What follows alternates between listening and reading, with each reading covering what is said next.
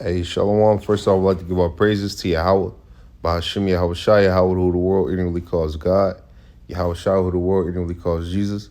I want to give a double honor to the apostles of great millstone, who are solving his truth. I want to give peace and blessings to the Akim across the four corners of the earth who teach his truth and rest of life to do so.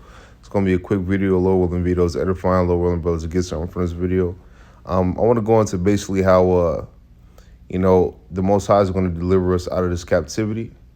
And our kingdom is going to be set up, and we're going to have dominion over the other nations forever. Okay, so this is Baruch 4:24. It says, "Like as now the neighbors of Zion have seen your captivity, so all the other nations have seen our captivity." Okay, it says, "So shall they shortly see your salvation from our power, which shall come upon you."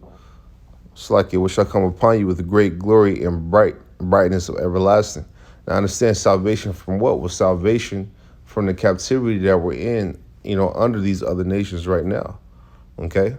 That's the salvation that in the mercy that the Most High is gonna have on us to deliver us out of what we're going through right now. Okay, this is 25. It says, "My children, suffer patiently the wrath that has come upon you from the Most High Yahweh." Now understand, the wrath that came upon us, that we're going through now, came upon us from the Most High. The Most High uses men. He has control. He set up. He bring it down. You understand? He promotion comes through the Most High Yahweh, man. So he set up men. He take men down. He controls everything. The earth is in the palm of his hands.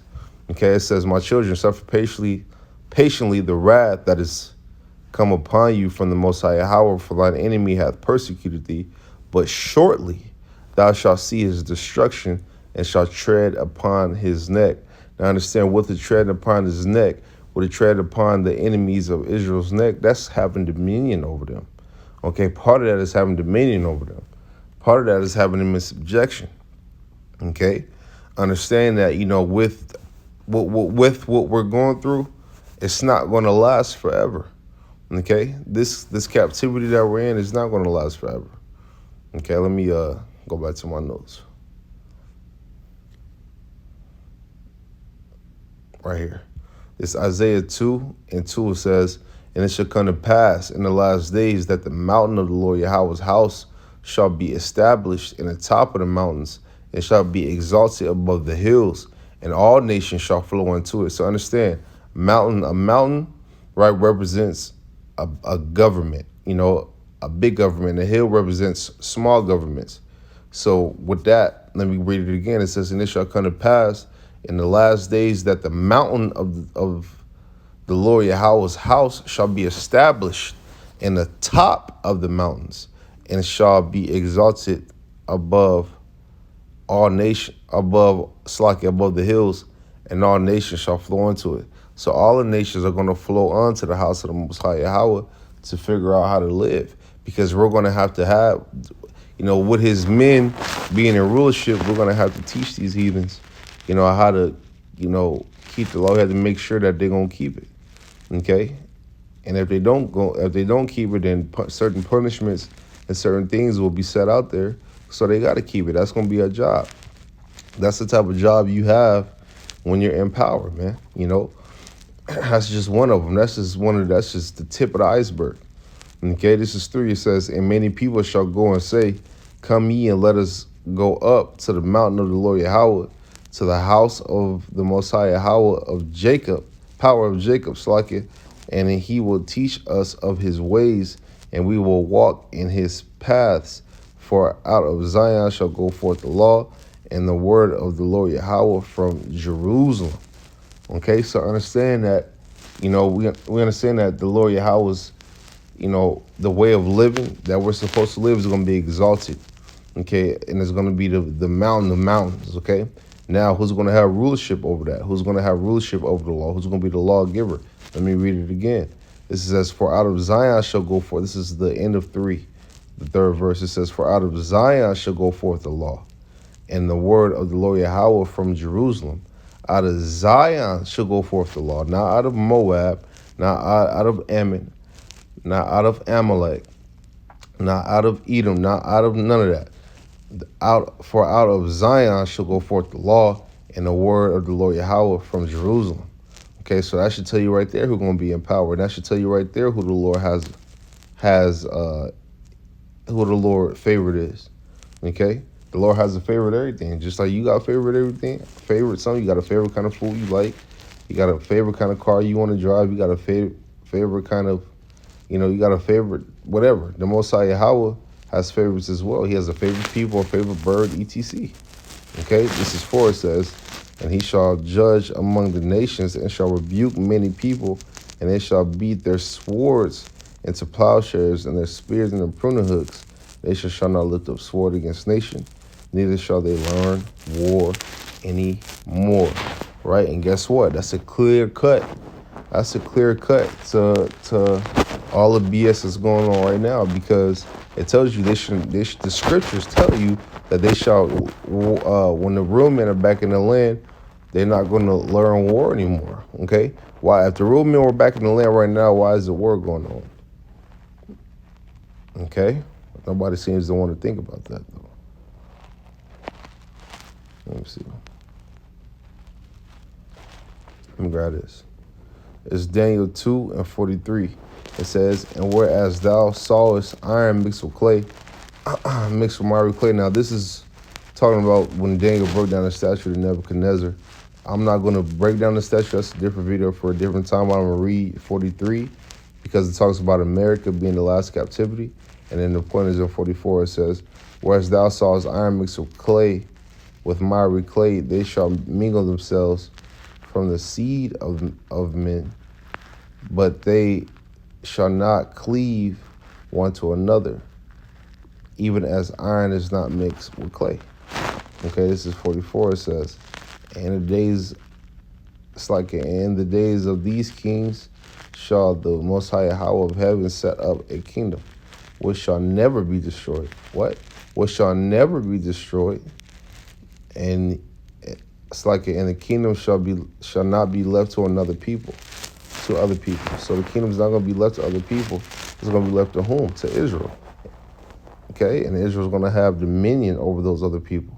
But it shall break in pieces and consume all these kingdoms, and it shall stand forever after this captivity.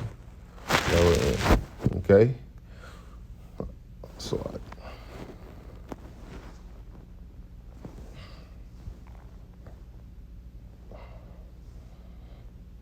let me see. It's like my notes take a minute to load sometimes. But yeah, we're going to have straight dominion over the people, man. Some people don't like that. Some people want to hear that. But it's the truth, whether you like it or not. This is Sirach 18:10.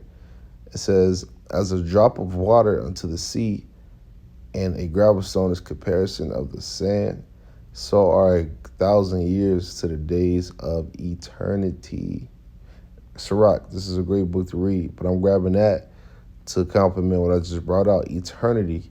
We think about 1,000 years, think about us a lot, but it says 1,000 years not even worthy to be compared with the days of, so are 1,000 years to the days of eternity, compared it to a gravel stone, okay, in sand. So are 1,000 years in the days of eternity. It's like to the days of eternity, okay, and we're gonna have rulership. You guys just read Daniel. Our kingdom is never gonna be overthrown. Ain't gonna be no old Israel going off. We're going back into captivity. Nah, we understand both sides of the ball game now. We understand the left hand side, what you're going through now, and then we understand that we're gonna be in our right mind and have a more righteous way, a lot more righteous way, none but righteousness way in the kingdom. Okay. Let me see.